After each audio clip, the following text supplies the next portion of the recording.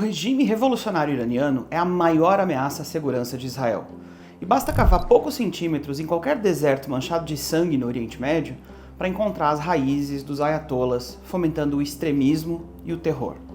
Se você ainda não é inscrito aqui no canal, inscreva-se e interaja comigo nos comentários, porque hoje nós vamos discutir como o Irã chegou até aqui e qual o seu papel nesse Oriente Médio em chamas.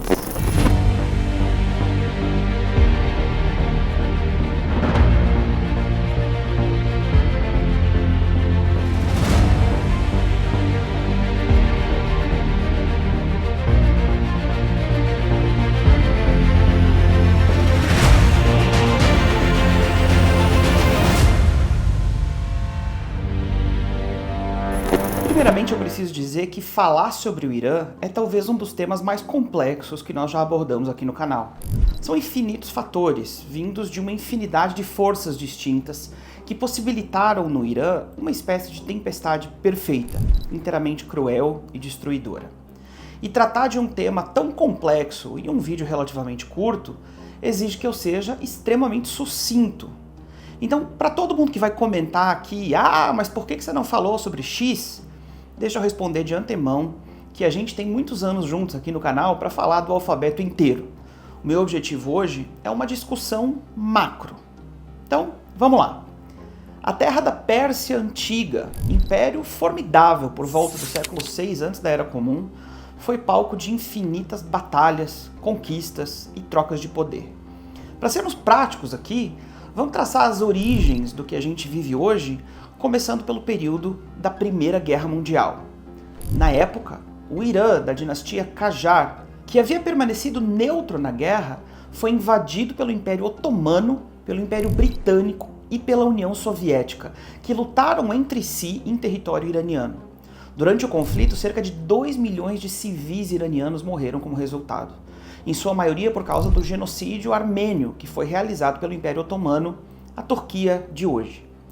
Vendo a condição devastada do Irã e a incapacidade do governo de trazer estabilidade para aquela região, o Império Britânico promoveu um golpe de Estado no país, logo após o fim da Primeira Guerra Mundial. Assim se estabeleceu a dinastia Pahlavi. Pahlavi, o Shah iraniano, era tanto primeiro-ministro quanto monarca do Irã. A partir daí, a influência britânica no país se solidificou demais. E isso aconteceu principalmente por causa do petróleo. Eles estabeleceram um acordo de exploração de petróleo, no qual a coroa inglesa, através de suas companhias, exploraria o petróleo iraniano e o país ficaria com uma porcentagem pequena dos lucros. E claro, a família do monarca seria a maior beneficiada, ganhando uma bolada de dinheiro para assinar esse tratado.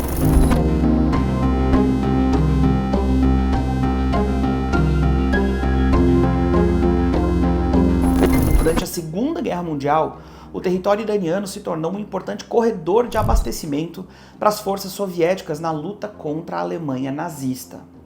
Só que já no começo da Guerra Fria, que agora havia as hostilidades mundiais entre a União Soviética e os Estados Unidos, tiveram seu primeiro conflito justamente em solo iraniano, naquilo que ficou conhecido como a crise iraniana de 46.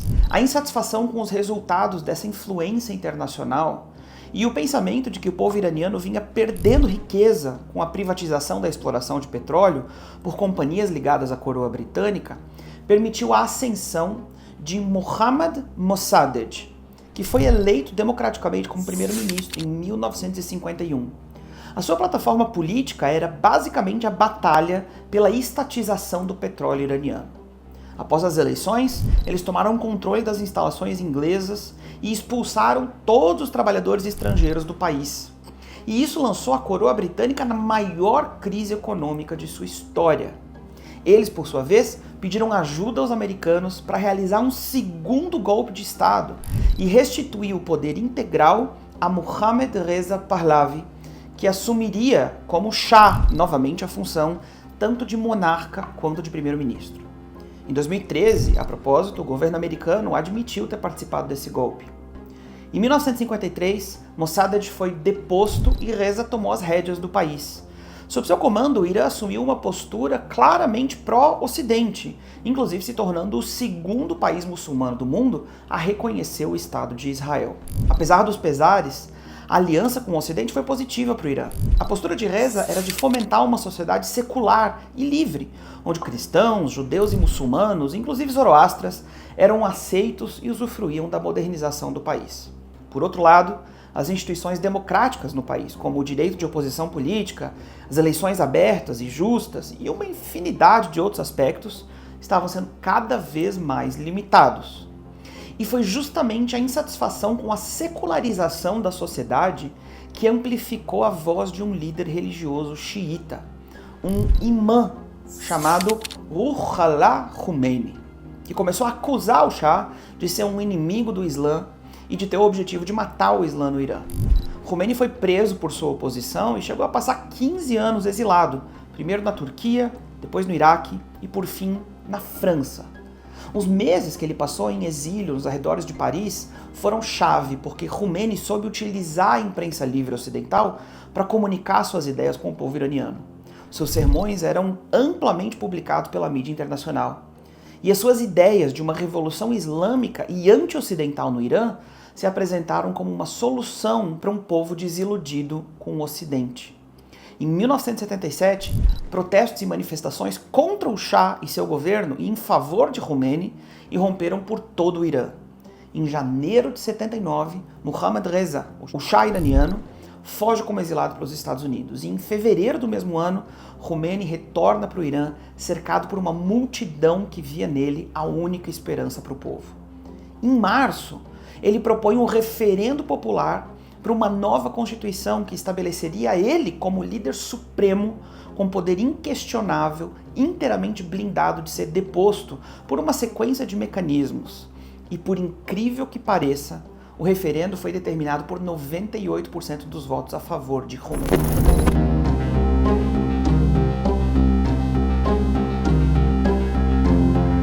Agora, eu passei bastante tempo pesquisando sobre esse vídeo, assistindo imagens, filmagens de arquivo desse período. E eu preciso dizer que esse referendo aqui, ao meu ver, foi a grande mudança. A revolução em si, mas no pior sentido da palavra. As pessoas indo votar eram pessoas normais, vestidas como gente normal, falando sobre o desejo de uma economia forte, de um país seguro, que não fosse palco das brigas dos outros. E claro que haviam os xiitas fanáticos abraçando completamente a ideologia extremista, mas a leitura que pelo menos eu faço é que uma boa parte das pessoas considerava esse aspecto, o religioso, apenas um elemento, um detalhe talvez a ser tolerado em prol da possibilidade de um futuro. Mas esse foi o grande erro. A nova Constituição organizou o poder de maneira que o líder supremo ficasse completamente isolado de qualquer tentativa de depô-lo. O exército, por exemplo, agora teria menos força do que a Guarda Revolucionária Iraniana, uma milícia extremamente fiel ao Ayatollah. A polícia, que tradicionalmente teria uma certa independência, agora designa uma porção enorme dos seus recursos para um braço denominado a Polícia da Modéstia. Basicamente uma força policial empregada em punir os desvios de conduta em relação às leis de comportamento extremistas adotadas pelo regime. O parlamento e a presidência, duas instituições eleitas, ficariam submissos a um conselho guardião que é diretamente apontado pelo Ayatollah. Ou seja, nenhuma das instituições tradicionais, nem o exército, nem a polícia, nem o parlamento, nem mesmo o presidente eleito, teriam como se opor de qualquer forma à vontade do líder supremo. Para piorar a situação, a loucura no Oriente Médio geralmente tem companhia. E o país vizinho, o Iraque, tinha o seu próprio ditador enlouquecido, aquele senhor chamado Saddam Hussein. Hussein via na Revolução Iraniana um risco enorme para os seus planos para o Oriente Médio. E isso por causa daquela guerra civil interna islâmica de 1300 anos, a guerra entre os sunitas e os xiitas. O Ayatollah é xiita e Saddam é sunita. Uma das duas forças vai ganhar a queda de braço pela nação islâmica mundial, e Saddam considerou que justamente em 1980, apenas um ano depois da Revolução, Khomeini ainda estaria fraco demais para conseguir combater uma invasão iraquiana. Então Hussein ordenou o ataque ao Irã, dando início a uma guerra de 8 anos e mais de 2 milhões de mortos. Se eu for entrar em todos os detalhes aqui sobre essa guerra, a gente vai ter que conversar pelo menos 1 hora inteira sobre ela. Os Estados Unidos e a Rússia apoiaram o Iraque, estando pela primeira vez do mesmo lado de um conflito desde o começo da Guerra Fria. A China ficou neutra, mas na verdade estava vendendo armamento escondido para os dois lados do conflito. E na época Israel até chegou a preferir o Irã, reconhecendo que Saddam era muito mais maluco que o Ayatollah, mas claro que nenhum relacionamento diplomático foi estabelecido como consequência. Depois a Rússia virou casaca e apoiou o Irã, e esse show de horrores se estendeu com o Iraque utilizando armas químicas contra os curdos ao norte, o Irã utilizando uma tática de guerra que sacrificava dezenas de milhares dos seus próprios soldados, muitos deles ainda crianças, para tentar conquistar alguns metros de território. Uma absoluta loucura. Mas a loucura proveu 8 anos com um inimigo em comum e uma infinidade de gente morrendo, para que o regime revolucionário assumisse o controle total de cada centímetro do Irã.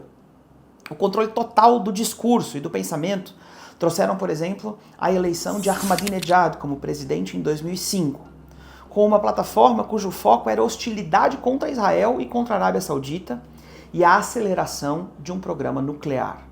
Em 2015, durante a era Obama, firmou-se o Acordo de Viena, que levantava as sanções financeiras sobre o Irã em troca do país bloquear o seu enriquecimento de urânio, que é necessário para uma arma nuclear.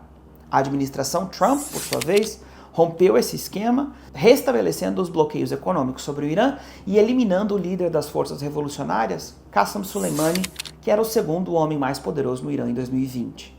O golpe foi quase mortal para o regime, mas a administração Biden voltou atrás na decisão do Trump e os bloqueios econômicos foram mais uma vez levantados, deixando o Irã com muito dinheiro em caixa e mais perto do que nunca de desenvolver uma arma nuclear. Por um breve momento, o mundo se compadeceu do resultado dessa coisa toda quando a face da sociedade iraniana ficou evidente. Em setembro de 2022, Mahsa Amini, uma jovem de 22 anos, foi presa pela polícia da Modéstia por não cobrir completamente o cabelo com sua hijab. Ela foi espancada e entrou em coma e faleceu 3 dias depois. Sua morte fez o povo iraniano irromper em protestos contra o regime. E símbolos de solidariedade com as mulheres iranianas foram vistos nas televisões e por artistas pelo mundo afora e também entre os ativistas de TikTok.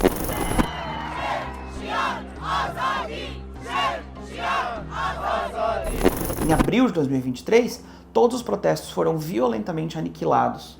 Centenas de pessoas foram encarceradas e dezenas foram executadas. E a tendência de execuções públicas por quebrar as leis da modéstia se tornaram a nova norma no Irã.